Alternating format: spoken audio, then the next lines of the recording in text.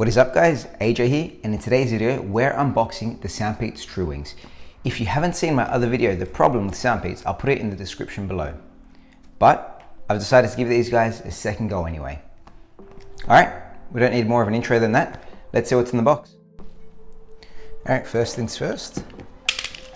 We'll get our trusty knife out and get into the box here. Always nice unboxing something for the first time. I'm a big fan of the design on the package. It's simple, black and white, just a photo of the headphones and the Truewings logo at the bottom. Very minimal, very Apple-like. Opening the box, we have a little thank you card with a discount for our next order. Maybe later. We've also got the charging case, which should have the headphones inside.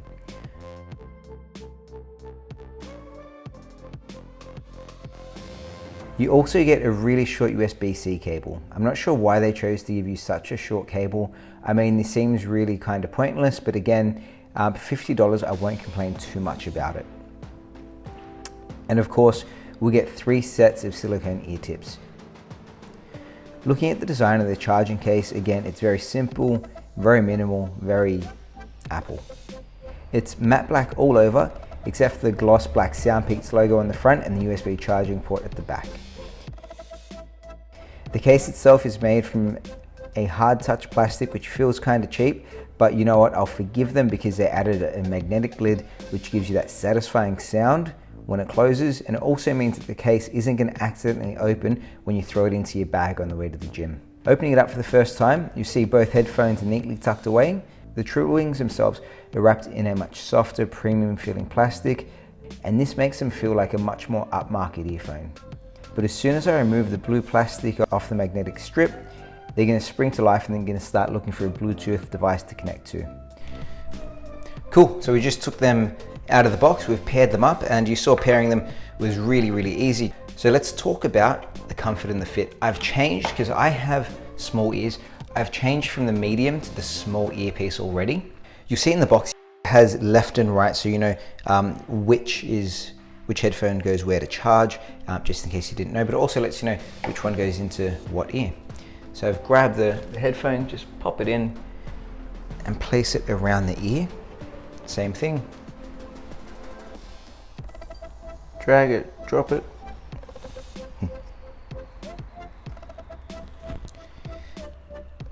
Now, as soon as I plug these in, they've both made a chime letting me know, hey, they're out of the box. The box flashed 3 times with a white light and showing me the battery indicator, then it turned off. And now I know that they are paired.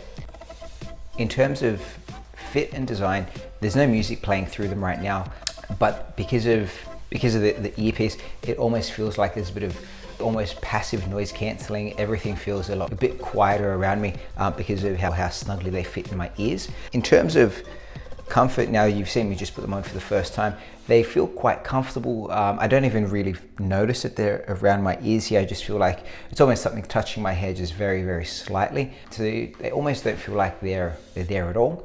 I think they look really cool. One of the main purposes for these is for working out. I want a pair of headphones that weren't going to fall out when I run and jog and skip and cycle and all that sort of stuff, which is why I opted for the Truewings, because they're going to wrap around my ears and you're going to see that they're not going to fall out no matter what sort of exercising that you do. In terms of battery life, I think SoundPeats have done a great job.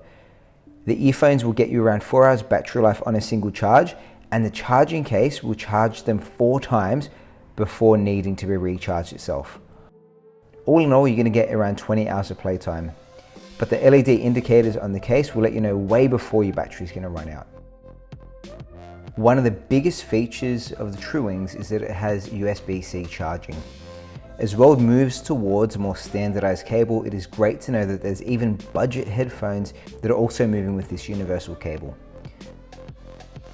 The thing to note is that the instructions say, for safety, do not use a charger over 5 volts and don't use a fast charger.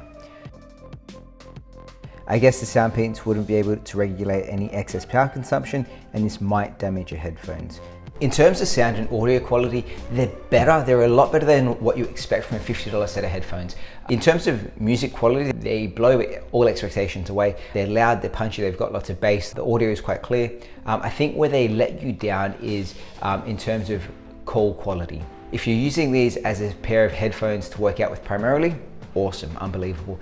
But if you're using them to take calls on, if you're going to be doing conference calls or being on the phone when you're out and about, don't expect the other person to have a really good experience. I've had a bit of feedback of the original pair that I tried. It was hard to hear me. There was a lot of background noise. My voice wasn't coming out as clear and crisp as it usually does. So as a pair of headphones to listen to music to, I would definitely recommend them.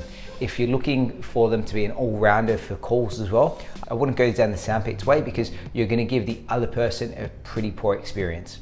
Overall, though, for 50 bucks, what you get is a pair of USB-C charging sports headphones with awesome sound quality, great battery life, charging through USB-C, a very stylish case, and a very stylish set of headphones, which I would say rival the $150, $200 sets of headphones. So I'm going to test these for the week. I think they are going to be a great set of headphones. Thank you guys for watching, and I'll see you next time.